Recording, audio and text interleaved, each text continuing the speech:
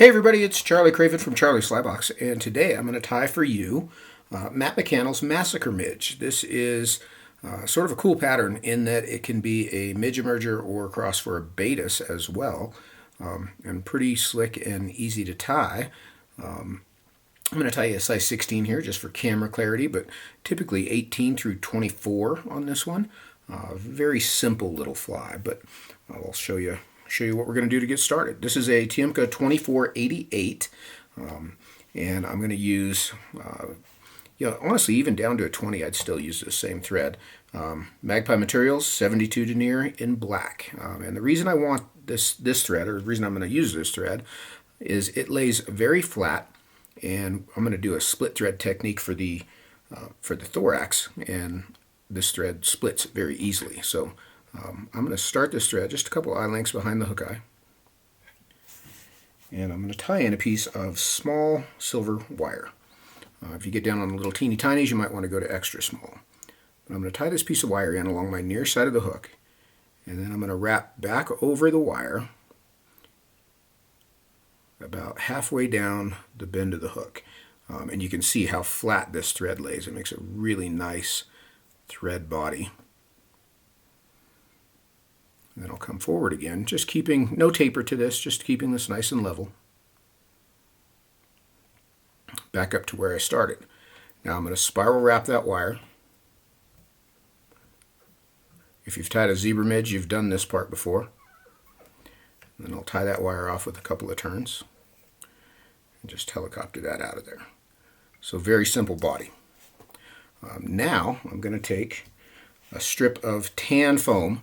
And this is about 2 by 1 millimeters. Let's see, this end is a little more square. You can see that's actually tapered a little bit. So 2 by 1 by 1.5 millimeters, something like that. The taper is not supposed to be there, but we're going to make it work. And I'm going to tie this in back here off the hook eye a bit with that stub end facing forward. Then I'll come in and trim this long end out of there. And I can sort of wrap down over what's left. Now at this point I'm going to dub the thorax, and you can come in and directly dub this coarse dubbing on here, but as I've been tying these and kind of playing with them, what I found is that if I use a split thread technique, which is not a technique I use very often, to be perfectly honest with you, not a technique I use very often, but it lends itself well for this fly because it's going to make it shaggy but not create too much bulk. And you can do a conventional dubbing loop here as well. But just for the sake of showing you, I'm going to show you how to do a split thread technique. So you can see that thread lays pretty flat, and I'm going to get it even a little bit more flat here. To flatten your thread, just twist it or spin it one direction or the other until it starts to flatten. And then I'm going to take my dubbing needle, and I'm going to try to split this thread as close to in half as I can get. And I'm trying to do this where you can see it. I actually like to sort of drape this over my thumbnail here, which flattens it a bit. Like so. And I can stick my needle in there and separate out that strand. So I've got 2 strands of thread, and that's not exactly split evenly. I'm actually going to use my Tiemco needle because it's tapered. This is going to work much better. Much better. And you can see how that tapered needle jams right in there and separates those 2 strands. So I'm going to hold those 2 strands open, and then I'm going to take some coarse dubbing, and there's a lot of stuff you could use. You could use this is SLF dubbing. You could use semi-seal dubbing, a variety of different materials. I've tied these with some squirrel dubbing from Nature's Spirit. But what I'm going to do is I'm going to take this clump and put it between those 2 strands of thread, like so. So just like you do a dubbing loop, but I just split a single strand to do it. And now I'm just going to spin my bobbin.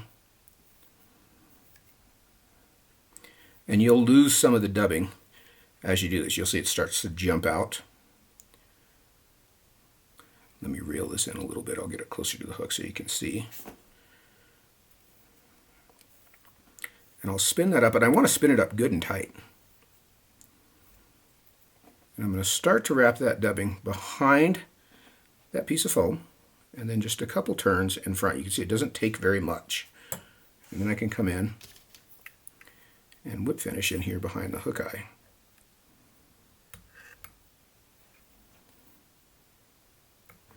I like to trim that piece of foam just a little shorter. And you can come in with your dubbing brush and sort of sweep all that back. You can see that SLF dubbing has got some nice synthetic fibers in there that are a little shaggy. You can see how this would very easily cross over for a Batis as well.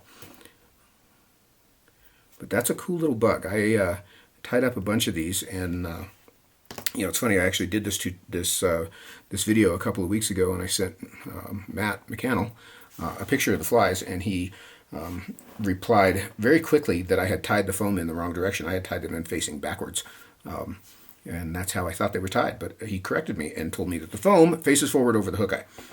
So that is why we have redone this, and now you know. Obviously, you can tie this in all kinds of different colors. Gosh, that looks great on that screen, doesn't it? That's a good-looking fly. Fish mid-water column, something that you can kind of fish up a little bit. That little bit of foam gives it a little bit of buoyancy. That'll kind of hold it up in the water column, especially if you're fishing it behind a dry or in a nymph rig with a long tippet on it. Really pretty versatile fly. I've got a bunch of these in my box now, but I'll probably tie a few more of them just because I've got this stuff out. So that's Matt McCannell's Massacre Midge. I think you should sit down and tie some of these. I mean, what else are you going to do? Go watch TV? Who we kidding? Thanks for watching, you guys. Take care. Sleep well.